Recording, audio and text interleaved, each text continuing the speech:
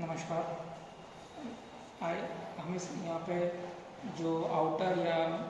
आंतरिक भाग में जो कमियां हैं वो बता रहे हैं आपको। यहाँ पर इस गांव के जितने भी खसरे हैं तो यहाँ के संबंधित पटवारी ने ये अच्छा काम किया है कि साथ में नक्शे के साथ ये रिकॉर्ड भेजा हुआ है और सारे खसरों का ट्रेस बनाया हुआ है। इससे रिकॉर्ड चेक करना आसान हो जाता है और चीज़ें पता चल जाती हैं कि सही बना हुआ है कि नहीं बना हुआ है। तो जब हमने रिकॉर्ड से ये जो संबंधित पटवारी द्वारा उपलब्ध कराया गया, इस रिकॉर्ड से पटवारी द्वारा की गई मार्किंग को मैच किया गया तो कुछ छोटी छोटी कई जगह भिन्नता है। जैसे कि इस खसरे नंबर 856 में यहाँ पर अगर आप देखेंगे तो ये जो शेप है ये इस और जो पटवारी द्वारा यहाँ मार्क किया गया है ये शेप थोड़ा सा यहाँ भिन्न है। हमें रिकॉर्ड की 70% रिकॉर्ड को सेम रखना है, रिकॉर्ड की सत्यता बना के रखनी है। अगर ये रिकॉर्ड से भिन्न रहेगा तो यहाँ पे इस केस में जैसे ये एरिया बढ़ गया है, यहाँ रकबा ज़्यादा हो जाएगा, तो हमें ना तो रकबा बढ़ाना है ना रकबा कम करना है। जो हमारा रिकॉर्ड कहता है रिकॉर्ड के अनुसार ही हमें खसरे की आउटर बनानी है। तो यहाँ पर इस पॉइंट पे आउटर शेप में प्रॉब्लम है। सेम चीज़ यहाँ पर हो रहा है कि जब हम इस रिकॉर्ड से हम स्केल के अकॉर्डिंग नाप रहे हैं तो पटवारी द्वारा ये जो आउटर लाइन बनाई गई है नक्शे में, अंतिम सीमा बनाई गई है आबादी की, ये 4 mm छोटी बनाई गई है। इससे कुल रकबे में अंतर आ जाएगा। कहने का तात्पर्य है कि आप जो भी आकृति आकार बनाएंगे अपने पटवारी रिकॉर्ड से 100% से मैच करता हुआ बनाएंगे ताकि न रकबा घटे न रकबा बढ़े।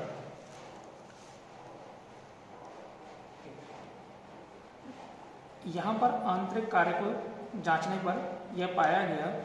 कि जैसे कि चेकलिस्ट के पॉइंट नंबर 20 पे लिखा हुआ है कि खाली भूखंड अगर अलग अलग आजू बाजू पड़े हुए हैं तो उन्हें हमें मर्ज करके एक प्लॉट बना देना है। यहाँ नक्शे में 13 नंबर भूमि एक खाली भूखंड है और संबंधित पटवारी द्वारा ये नया भूखंड N बनाया गया है, यह भी खाली भूखंड है अर्थात शासकीय भूमि है। तो ऐसे शासकीय भूमि या खाली भूखंड जो किसी के निस्तार में नहीं है, किसी को उपयोग में नहीं है, जो हमें शासकीय रखना है, सरकारी भूमि के रूप में रखना है, उन दोनों को या एक से अधिक जितने भी भूखंड आपस में लगे हुए हैं उनको अलग अलग न बनाते हुए मर्ज करके एक कर देना है ताकि हमारा रिकॉर्ड में एक बार पता चल जाए कि यहाँ पे कितना एरिया हमारा खाली है। और उसमें इसी प्रकार सीट नंबर 3 में अगर आप देखेंगे तो ये जो खसरा है 1325 का ये जो शेप है, इस शेप को यहाँ पर नहीं बनाया गया है, जबकि बार बार बताया गया है कि खसरे को पूर्ण रूप से क्लोज करके बनाना है। जब तक हम पूर्ण रूप से क्लोज नहीं करेंगे तो हमारा रकबा मैच नहीं होगा। यहाँ पर गलती क्या की गई है, यहाँ पे ये नॉन आबादी एरिया था, इसको हटाने के लिए बोला गया है, ये आबादी एरिया है, लेकिन इन दोनों के बीच की जो सीमा निर्धारित हो रही है आबादी की वो नहीं बनाई गई है, केवल पेंसिल से बना के छोड़ दी गई है। पहले पूर्व में बताया गया है कि कोई भी कार्य पेन से करना है। यहाँ पर इस नक्शे में बहुत सारी जगह पेंसिल का प्रयोग किया गया है जो कि गलत है। अतः जब भी काम करें पेन से करें, जो भी रफ काम है उसको इरेज करके पेन से ही बनाएं ताकि भविष्य में इसमें कोई भी बदलाव ना हो सके, चीज़ें ऑथेंटिक रहें। तो यहाँ पर एक दिक्कत है आउटर की, ये आउटर यहाँ पे इस शेप के अकॉर्डिंग रिकॉर्ड के अनुसार नहीं बनाया गया है। और इसके बाद यहाँ पर और बहुत सारी त्रुटियाँ कैसी हैं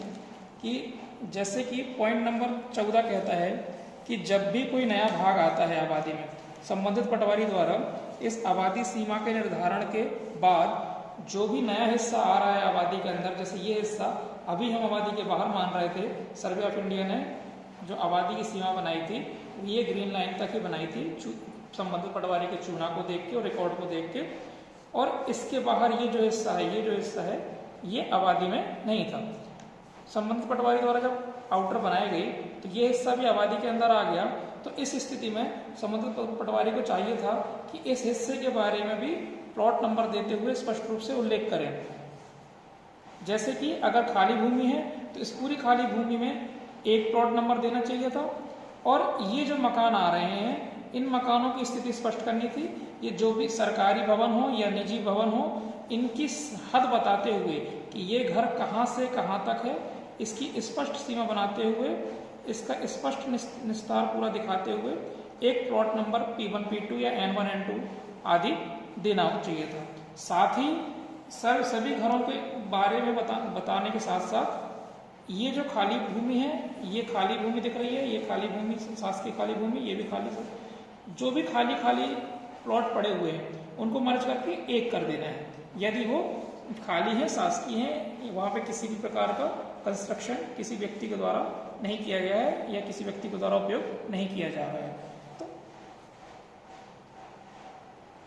और यहाँ इस वाले हिस्से में भी कुछ भी जानकारी नहीं दी गई है। अगर ये खाली भाग भी है तो एक प्लॉट नंबर देके और इस खाली भूमि से इन दोनों खाली भूमियों को आपस में मर्ज करके एक कर देना चाहिए था। तो यहाँ पर पॉइंट नंबर 14, पॉइंट नंबर 20 ये दो मिस्टेक हैं, और यहाँ पर आउटर पॉइंट नंबर 5, और साथ में ही बहुत जगह ये देखने में आया है कि जब सब घरों में बंटवारा किया गया है तो बंटवारे के साथ साथ रास्ते का ध्यान नहीं दिया गया है। जब भी आप नया घर बनाएं या बने हुए घर में बंटवारा करें तो रास्ते का जरूर ध्यान दें। जैसे कि यहाँ पे सीट में यहाँ पर हम देखें, ये जो बंटवारा किए गए हैं तो ये बंटवारा करने की स्थिति में अभी वर्तमान में 268/1 ये ब्लॉक हो रहा है, क्योंकि इनके रास्ते तो हैं बट इसका निकास रास्ता कहीं से भी नहीं है। तो हम बंटवारा जब भी करें इस प्रकार करें कि हर व्यक्ति को हर प्रॉपर्टी में रास्ता रहे, चाहे वो आंगन के रूप में रहे, चाहे वो गली के रूप में रहे, और उसका मैप में और अपनी पदर सूची में स्पष्ट रूप से उल्लेख कर दें कि कौन सा हिस्सा उसके रास्ते के रूप में उपयोग हो रहा है। एक और चीज देखते हैं, यहाँ पर भी जैसे ये 405 नंबर की प्रॉपर्टी है, 405 के बटे 1 किया, बटे 2 किया है। यहाँ बटे 2 करते समय ये गलती कर दी गई है कि बटे 2 ब्लॉक हो गया है, बटे 2 के लिए रास्ता नहीं है। इस स्थिति में हम जब भी बंटवारा करते हैं ये ध्यान रखें कि बंटवारे के साथ साथ ये बटे नंबर पे पहुंच मार्ग जरूर होना चाहिए, आंगन के रूप में, गली के रूप में, और वो रास्ता ऐसा बनाना है जो कि वर्तमान में उनके निस्तार के अनुसार हो। हमें कहीं से भी निस्तार नहीं दे देना है, जो उनके वास्तव में जहाँ से वो निकलते हैं वहीं से उनका रास्ता बना के देना है, ताकि उन्हें भविष्य में दिक्कत ना हो। यहाँ भी अब यहाँ देखते हैं अस्पष्ट मार्किंग के, यहाँ देखिए 425 में यहाँ पे अस्पष्ट मार्किंग है। संबंधित पटवारी 425 को बटा 1/2 करना चाहते हैं, बट ये लाइन अपूर्ण रूप से खींची गई है। ये लाइन या तो यहाँ तक लानी थी, या तो यहाँ से एक और बंटवारा होना चाहिए था, एक और बटे नंबर होना चाहिए था। तो ऐसी स्थिति में भी ये नक्शे एक्सेप्ट नहीं होते हैं, क्योंकि ये नक्शा फाइनल है, इसमें किसी भी प्रकार का मन से हम कोई भी बदलाव नहीं कर सकते जब तक कि संबंधित पटवारी उसमें मार्किंग करके ना दें। ऐसे ही यहाँ पर भी आप यहाँ भी देखेंगे तो यहाँ भी अस्पष्ट मार्किंग है। 295 प्रॉपर्टी नंबर 295 ये रोड से लग के बनी हुई है, ये उसका बिल्डअप बताया हुआ है, और ये जो खाली भाग है अभी 295 नंबर की प्रॉपर्टी के ही हिस्से हैं। संबंधित पटवारी ने बिल्डिंग को 3 पार्ट में बांट दिया है, बटा 1, बटा 2, बटा 3, लेकिन इन खाली पार्ट के बारे में कोई भी उल्लेख नहीं किया गया है। इस स्थिति में या तो इस बंटवारा लाइन को आगे तक खींचे, ताकि यहाँ से लेके यहाँ तक बटे 3 का हो जाए, यहाँ से लेके बटा 2 और यहाँ से लेके यहाँ तक बटा 1 हो जाए। यदि आप संबंधित पटवारी चाहते हैं कि इस खाली भाग को उन व्यक्तियों के घर में ना देकर शासकीय भूमि या खुली भूमि के रूप में रखा जाए, तो यहाँ से एक और अलग एक बंटवारा होना चाहिए 4, और एक अलग से यहाँ बंटवारा होना चाहिए 5। तो आप कभी भी जैसा भी बंटवारा करना चाहते हैं, 2 चीजों का विशेष ध्यान दें कि बंटवारा करते समय निकास रास्ता जरूर हो, और जो भी बंटवारा या जो भी मार्किंग की गई हो स्पष्ट रूप से हो, उसमें कोई भी अधूरापन ना हो। इस सीट में देखिए, सीट नंबर 7 में यहाँ पर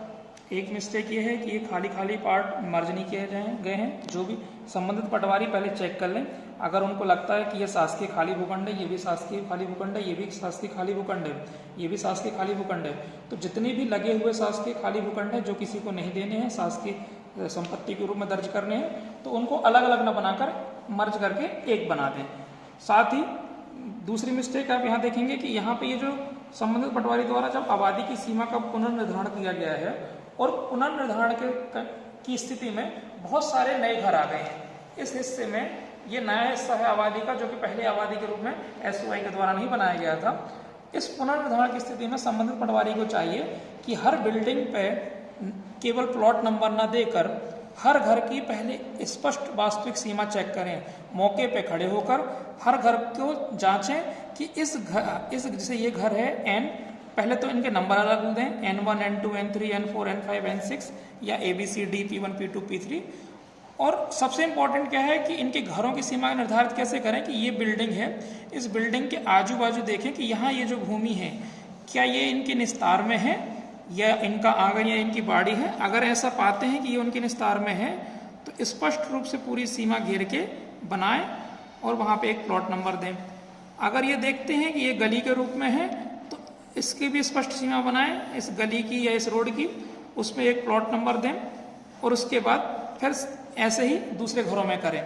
केवल हर घर में बिल्डिंग ना बताएं, अगर इन बिल्डिंगों में इनका आगे या बाजू में या पीछे आंगन के रूप में, बाड़ी के रूप में जो भी निस्तार है तो हर घर की स्पष्ट सीमा बनाते हुए उसका प्लॉट नंबर दें ताकि हर व्यक्ति को उसका उचित हिस्से का अधिकार पत्र मिल सके। तो सारांश के रूप में यह है कि आपको जो भी दिशा निर्देश दिए गए हैं उनका पालन करें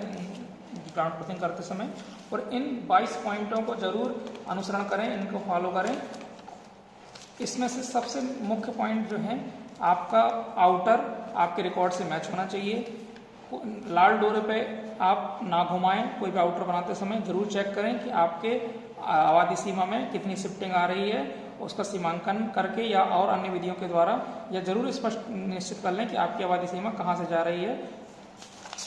इसके बाद आप जब भी आंतरिक कार्य करें तो आंतरिक कार्य करते समय घरों का बंटवारा या मर्जिंग कोई भी काम कर रहे हैं तो स्पष्ट चीज़ें स्पष्ट रूप से होनी चाहिए, कोई भी संशोधन अस्पष्ट ना हो। फिर जनरली ये देखा जाता है कि जब भी नए घर आते हैं तो नए घर आने की स्थिति में या नए भाग की स्थिति पटवारी केवल बिल्डिंग पे नंबर दे देते हैं, बिल्डिंग में नंबर न देके स्पष्ट रूप से हर घर की वास्तविक सीमा को बनाएं और साथ ही जब भी कोई घर बनाएं तो उसके निकास रास्ते का जरूर ध्यान दें। अगर आप बंटवारा करें तो बंटवारा करते समय भी यह ध्यान दें कि आंगन के रूप में या गली के रूप में हर बटे नंबर को रास्ता निकास रास्ता रहे, कोई भी प्रॉपर्टी ब्लॉक ना हो जाए। और 20 नंबर एक अंतिम इम्पोर्टेंट ये पॉइंट भी है कि जब भी कोई खाली भूमि रहती है, अगर उस आसपास एक खाली भूमि पड़ी हुई है, शासकीय भूमि है, तो उनको मर्ज करके एक कर दिया जाए। और ये सारे कार्य जब करेंगे तो पटवारी सुनिश्चित कर लेंगे कि ये जो कार्य किए जा रहे हैं उनके द्वारा ग्राउंड पर वेरीफाई किए गए हैं कि नहीं। धन्यवाद।